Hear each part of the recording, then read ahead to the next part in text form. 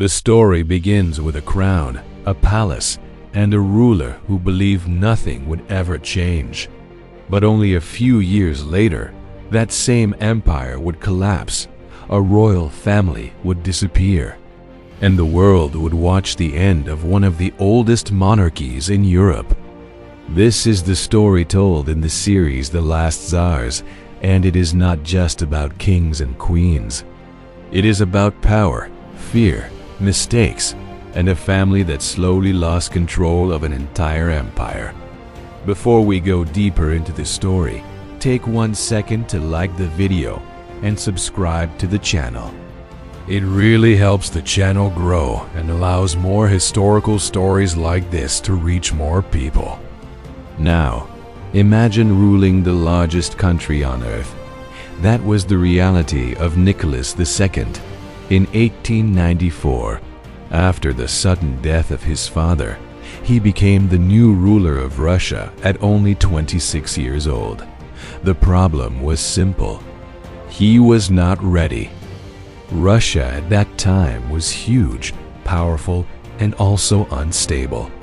Millions of people lived in poverty, while the royal family lived in great luxury.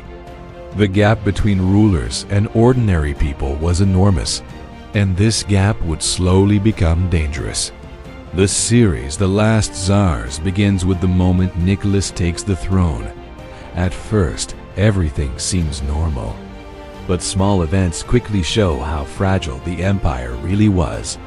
One of the first signs came during his coronation. Thousands of people gathered to celebrate the new emperor. But poor organization caused panic in the crowd, and many people died during the celebration. Instead of canceling the festivities, the emperor attended a royal ball later that same evening. For many people, that decision showed something important. The rulers and the people lived in completely different worlds.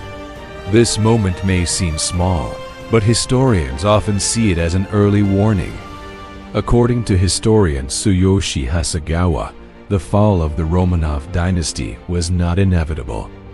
It happened because of decisions, missed opportunities, and leadership mistakes, and those mistakes would slowly grow. Inside the palace, life looked calm. Nicholas married Alexandra Fyodorovna, and together they created what looked like a peaceful royal family. But there was one problem that worried them deeply. They did not have a son. At that time, the Russian throne had to pass to a male heir. Without one, the future of the dynasty felt uncertain. After several daughters, a son was finally born. His name was Alexei. At first, it seemed like a miracle. But soon, doctors discovered something terrible. The boy had hemophilia, a disease that made even small injuries extremely dangerous. This secret changed everything. The royal family became more isolated. They trusted fewer people, and eventually, they turned to someone who would become one of the most mysterious figures in Russian history. His name was Grigory Rasputin. Rasputin was a wandering religious figure from Siberia. Some believed he had spiritual powers. Others believed he was a dangerous fraud. But the royal family believed he could help their son. When Rasputin prayed for Alexei during medical crises, the boy sometimes improved. To the empress, this looked like a miracle. Soon Rasputin was invited into the palace again and again. And that decision shocked the Russian elite. Many nobles believed Rasputin was manipulating the royal family. Rumors spread quickly across the country. Some stories said he controlled political decisions. Others claimed he had too much influence over the empress. Whether the rumors were true or not almost stopped mattering. What mattered was that people believed them, and belief can be powerful. Outside the palace walls, Russia was changing. Factories were growing. Cities were expanding. Workers wanted better conditions and more political rights. But the empire was still ruled like it had been for centuries. Nicholas believed strongly in absolute monarchy. He believed the emperor should have total power. But the world around him was becoming more modern and more demanding. Protests began to appear in the streets. Workers marched. Students organized. Political groups demanded reform. The government responded with force. Instead of calming the situation, this made anger grow stronger. Then another disaster arrived: war. Russia entered war with Japan in 1904. Many believed the empire would easily win. Instead, Russia suffered humiliating defeats. The war damaged the image of the government. People began asking a dangerous question. If the empire could not even win a war, why should it continue ruling the country? After the war, protests grew larger. Some demanded a constitution. Others demanded democracy. The emperor agreed to some reforms, but many people felt they were not enough. The empire remained unstable. Then history delivered another blow. In 1914, World War I began. Russia entered the conflict against Germany and its allies. At first, many citizens supported the war. But the reality of modern warfare quickly changed that feeling. Millions of soldiers died. Food shortages began.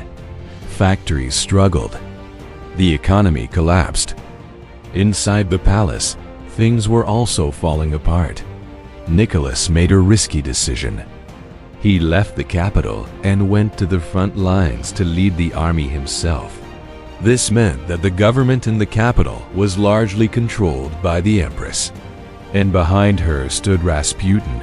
This created even more anger. Many Russians believed the country was now being influenced by a mysterious monk. Political leaders worried the monarchy was losing credibility. Some nobles decided that Rasputin had to disappear. In 1916, a group of aristocrats murdered him. They believed his death would save the monarchy. But it was already too late. Russia was exhausted by war. Food was scarce. People were hungry. In the winter of 1917, protests began again. This time they were bigger than before. Workers stopped working. Soldiers refused to fire on crowds. The empire began to collapse from inside. Finally, something unthinkable happened. Nicholas II abdicated the throne. After more than 300 years, the Romanov dynasty ended. But the story did not end there. The royal family was placed under house arrest. At first, they hoped they might leave Russia safely. But the country was now in revolution. Different political groups were fighting for control. The Romanovs became prisoners of history. Eventually, they were moved to a house in the city of Yekaterinburg. The building would later be known as the House of Special Purpose. The guards watched them closely. The world outside was changing fast. Civil war had begun. One night in July 1918, the family was taken to a basement room. What happened next became one of the most tragic moments in modern history. The emperor, the empress, their children, all of them were killed. With that moment, the story of the Romanov dynasty ended. The series The Last Czars explores this dramatic collapse. By combining historical commentary with dramatic scenes, it follows the reign of Nicholas II from his rise to power in 1894 to the execution of the royal family in 1918. But the real reason the story continues to fascinate people is simple. It is not only about politics, it is about human decisions. One ruler who believed tradition could stop change. One family trying to protect a sick child. One empire struggling to survive in a modern world. And a series of choices that slowly pushed a powerful dynasty toward its end. History often looks inevitable when we look backward, but people living through it rarely see the future clearly. As historian Tsuyoshi Hasegawa explains, the fall of the Romanovs was shaped by decisions, mistakes, and missed chances, rather than a single unavoidable fate. That idea makes the story even more powerful, because it reminds us that history is not only shaped by great forces, it is also shaped by human choices. And sometimes, those choices change the fate of entire nations.